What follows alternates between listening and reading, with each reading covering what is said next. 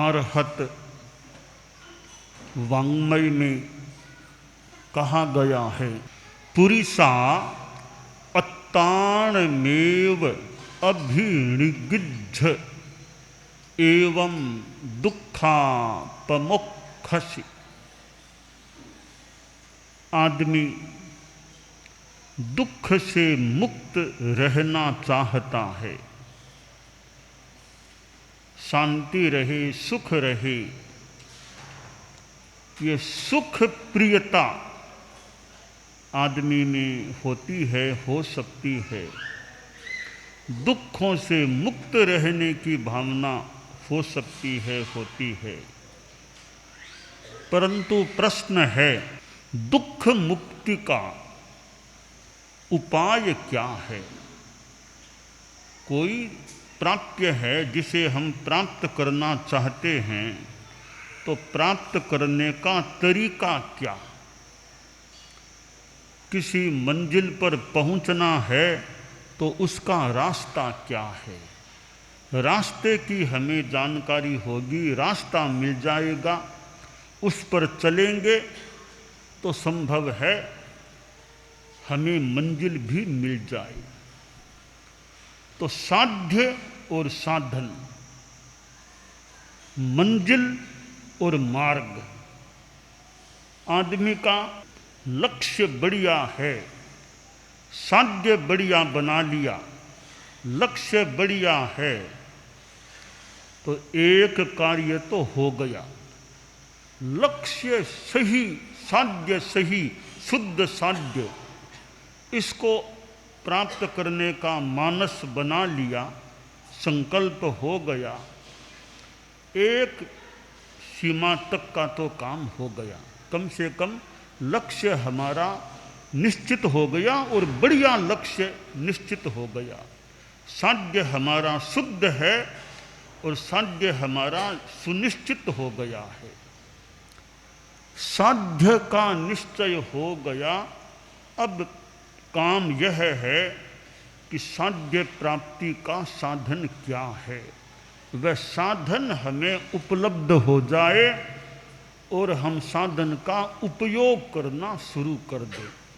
लक्ष्य हमारा सुनिश्चित है, गंतव्य निश्चित है, तो गंतव्य का मार्ग कौन सा है वो मार्ग ज्ञात हो जाए और मार्ग पर चलना शुरू कर दें, चलते रहें और एक दिन लक्ष्य की, मंजिल की प्राप्ति भी हो सकती है। तो दुख मुक्ति, सर्व दुख मुक्ति, यह हमारा साध्य हो सकता है, होना चाहिए या है कि सर्व दुख मुक्ति को हम प्राप्त हों। कोई दुख न हो, न शारीरिक दुख है, न मानसिक है, न भावात्मक है, न कर्मों का दुख है, कोई दुख नहीं है। ऐसी अदुख अवस्था, दुख मुक्त अवस्था, वह हमारा साध्य रहे। तो अब प्रश्न है, साध्य मान लो हमारा यह है, उसका साधन क्या है? यो ज्ञान दर्शन चारित्र तप साधन है। यहाँ सुक्त में कहा गया है कि पुरिसा अत्ताणमेव अभिनिगिद्ध, पुरुष आत्मानमेव अभिनिगृहाण। हे पुरुष, अपने आप का ही अभिनिग्रह करो, अपना संयम करो, बस अपना ही संयम करो। दूसरे पर संयम करें, खुद हम अपना ही संयम कर लेंगे, इतने में ही सर्व दुख मुक्ति की दिशा में आगे बढ़ सकेंगे। सर्व दुख मुक्ति फिर प्राप्त भी हो सकेगी। तो अपने से अपना अनुशासन, अपने से अपना संयम करना, आत्मानुशासन बहुत बढ़िया चीज है। अपना संयम रखो, खुद अपना संयम करो, अनुशासन रखो। आत्मानुशासन है, खुद का खुद पर संयम है, तो दूसरों को फिर कोई ज़्यादा अनुशासन करने की अपेक्षा न भी रहे। तो खुद आदमी अपना अनुशासन रखता है। नव तत्व जो हमारे जीव अजीव, पुण्य पाप, आश्रव, संबर, निर्जरा, बंध, मोक्ष, ये नव तत्व हैं। हम इन तत्वों के संदर्भ में देखें तो दुनिया में दुख है। यह जो पाप तत्व है, यह पाप तत्व मानो दुख देने वाला है। यह दुख है, दुख, पाप दुख है अपने आप में। तो प्रश्न है, पाप का कारण क्या, पाप क्यों लगता है? तो आश्रव, आश्रवो भव हेतु सात, आश्रव तत्व से यह कर्मों का बंध हो जाता है। फिर वो कर्म हमें दुख देने वाले हैं। तो तीसरी बात है भाई, यह आश्रव है तो हमें तो दुख मुक्ति चाहिए, तो मोक्ष भी तो है। नौवां तत्व मोक्ष है। मोक्ष है वह सर्व दुख मुक्त अवस्था है कि मोक्ष हमें चाहिए। तो मोक्ष का उपाय क्या? संबर और निर्जरा, संबर और निर्जरा ये मोक्ष के उपाय हैं। तो दुख है, दुख का हेतु भी है, दुख मुक्ति है और दुख मुक्ति का हेतु भी है, उपाय भी है। तो पाप को दुख मान ले, आश्रव दुख का कारण है, मोक्ष सर्व दुख मुक्ति है, और संबर निर्जरा की साधना सर्व दुख मुक्ति यानी मोक्ष का उपाय है, हेतु है, कारण है। तो अपने आप का निग्रह करेंगे तो संबर हो जाएगा, और तपस्या से साथ में निर्जरा भी हो सकेगी। स्वयं का स्वयं पर अनुशासन हो, अपने मन पर, अपनी वाणी पर, अपने इंद्रियों पर, अपने शरीर पर अपना अनुशासन हो। त्याग की चेतना जाग जाए, त्याग करना, परिग्रह इतने से ज़्यादा नहीं, त्याग है। व्यक्तिगत भोगोपभोग जो हैं, खान पान कपड़े आदि, इनका भी इतने से ज़्यादा नहीं। इतने से ज़्यादा कपड़े नहीं खरीदना, इतने में संयम। इतने से ज़्यादा नहीं खाना, इतनी मात्रा में खा लिया, अब और नहीं खाना अभी। तो यूँ अपने आप पर कंट्रोल, संयम हो, यह आत्मनिग्रह की साधना हो जाती है। जैन शासन में हम देखें, हमारे शास्त्र हैं, आगम हैं, कितनी तत्वज्ञान की बातें हमें आगमों में मिलती है। कितनी धर्म साधना की भी ये बातें हमें शास्त्रों में मिलती है। कितने प्रसंग, कथा जो भी ऐसे भी हमें आगमों में मिलते हैं। और भी ग्रंथ हैं, उनको पढ़ने से भी अनेक जानकारियाँ प्राप्त हो सकती हैं। अब नवकार मंत्र है, नवकार मंत्र जैन शासन का एक महत्वपूर्ण तत्व है, और नवकार मंत्र को कौन नहीं मानता? दिगंबर हो या श्वेतांबर, थानकवासी हो या तेरापंथी हो या मूर्ति पूजक कोई हो, नवकार मंत्र को कौन नहीं मानता? तो यूँ माने नवकार तो सब जैनों का है, सबका है। नवकार में क्या हमारा मतभेद? नवकार मंत्र के प्रति हम सब की आस्था हो। अब भगवान महावीर हैं, वो सबके हैं, उसमें क्या मतभेद की बात है? महावीर जयंती आती है तो महावीर जयंती तेरापंथी योग, थानकवासी योग, मूर्ति पूजक है, दिगंबर है, महावीर भगवान, हम सबके श्रद्धा आस्था के केंद्र रह सकते हैं। 24 तीर्थंकर हैं हमारे, भगवान ऋषभ से लेकर महावीर तक। इसमें दिगंबर हो, श्वेतांबर हो, किसका क्या विरोध मतभेद हो सकता है? तो नमस्कार महामंत्र, इसमें कितना ज्ञान भरा हुआ है। मानो कितना 14 पूर्वों का सार और कितना नवकार मंत्र में है। और पंच परमेष्टि 5 प्रकार की पवित्र आत्माएं हैं। उन आत्माओं को भी हम नमन करें श्रद्धा से। श्रद्धा विनय समेत नमो अरहंताणं प्राञ्जल प्रणत सचेत नमो अरहंताणम् आध्यात्मिक पथ के अधिनेता वीतराग प्रभु विश्व विजेता शरत चंद्र समश्वेत नमो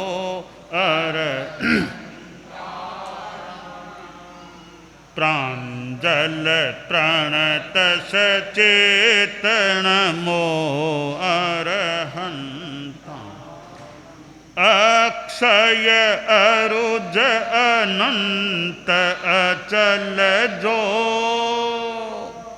अटल अरूप स्वरूप अमल जो अजरामर अद्वैत नमो श्री सिद्धा प्राञ्जल प्रणत सचेत नमो अरहंता धर्म संघ के जो संवाहक निर्मल धर्म नीति निर्वाहक शासन में समवेत नमो आयरियाणम् प्राञ्जल प्रणत सचेत नमो आगम अध्यापन में अधिकृत विमल कमल सम जीवन अविकृत सम संयम समुपेत नमो उवध्यायाणम् प्राञ्जल प्रणत सचेत नमो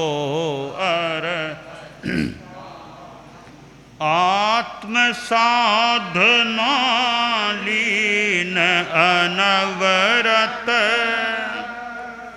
विषय वासनाओं से उपरत तुलसी है अनिकेत नमो सब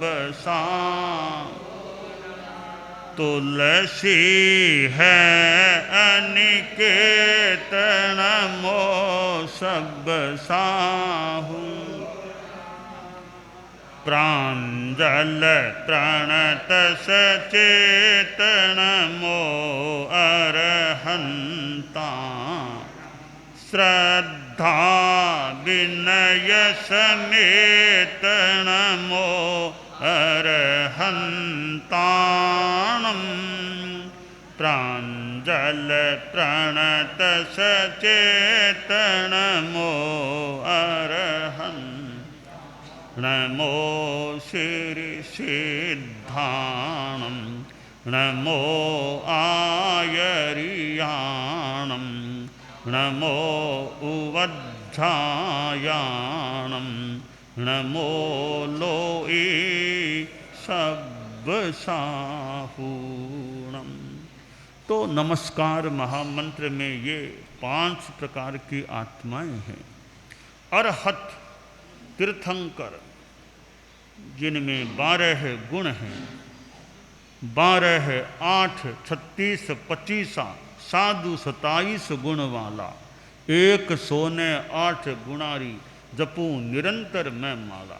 तो अरहतों में 12 गुण बताए गए हैं। तीर्थंकर भगवान राग द्वेष मुक्त, केवल ज्ञान केवल दर्शन संपन्न, ऐसे अरहतों को नमस्कार। और सिद्ध जो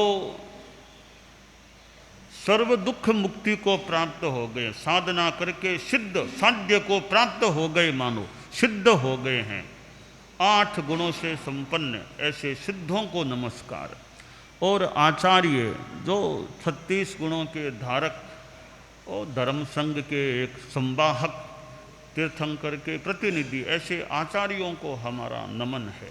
और उपाध्याय 25 गुणों से युक्त, 11 अंग 12 उपांग, पठन पाठन अध्ययन अध्यापन, उन पर 25 गुणों के धारक उपाध्यायों को नमन है। और साधु 27 गुणों से युक्त साधनाशील, ऐसे साधुओं को नमस्कार।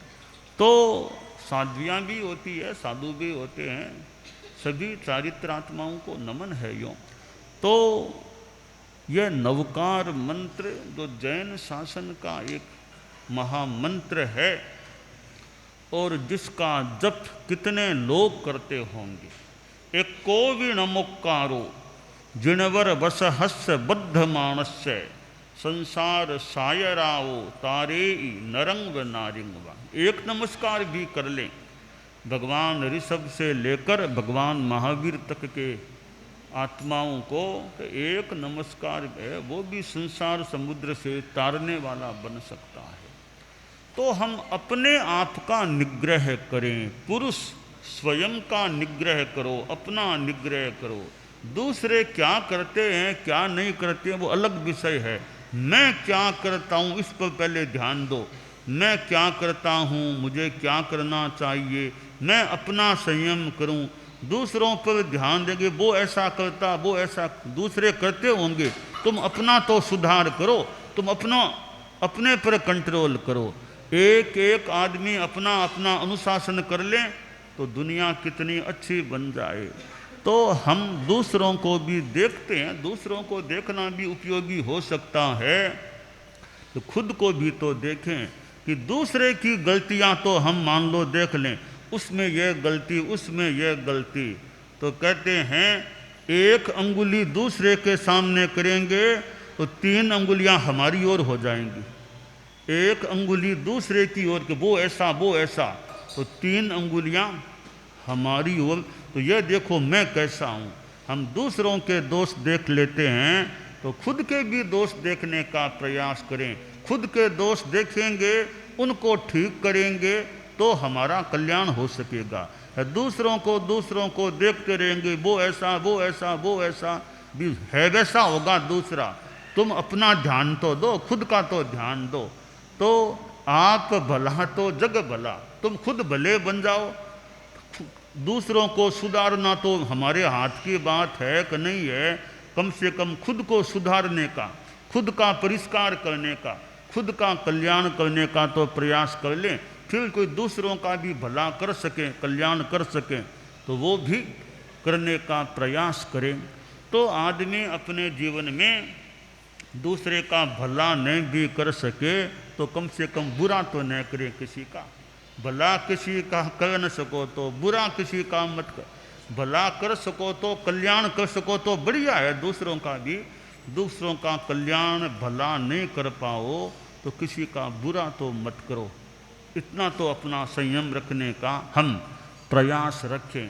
तो हमें यह जैन शासन प्राप्त है। तो जैन शासन में अनेक आमनाय हैं, अनेक संप्रदाय हैं। इधर दिगंबर, श्वेतांबर, श्वेतांबरों में मूर्ति पूजक है, थानकवासी है, तेरा पंथ, अनेक संप्रदाय हैं।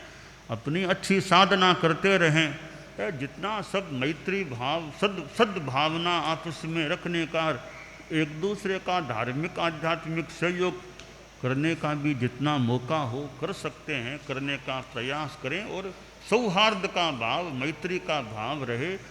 साधुओं की साधना में श्रावक लोग सहयोगी बने, जितना हो सके साधु श्रावकों के विकास में सहयोग करे, ध्यान दे, उपदेश सुनाए और तत्व ज्ञान आदि बताए। तो हम आत्मनिग्रह की दिशा में आगे बढ़ने का प्रयास करते रहें। ये आत्म अभिनिग्रह दुख मुक्ति का मार्ग है, ऐसा शास्त्रकार ने बताया है।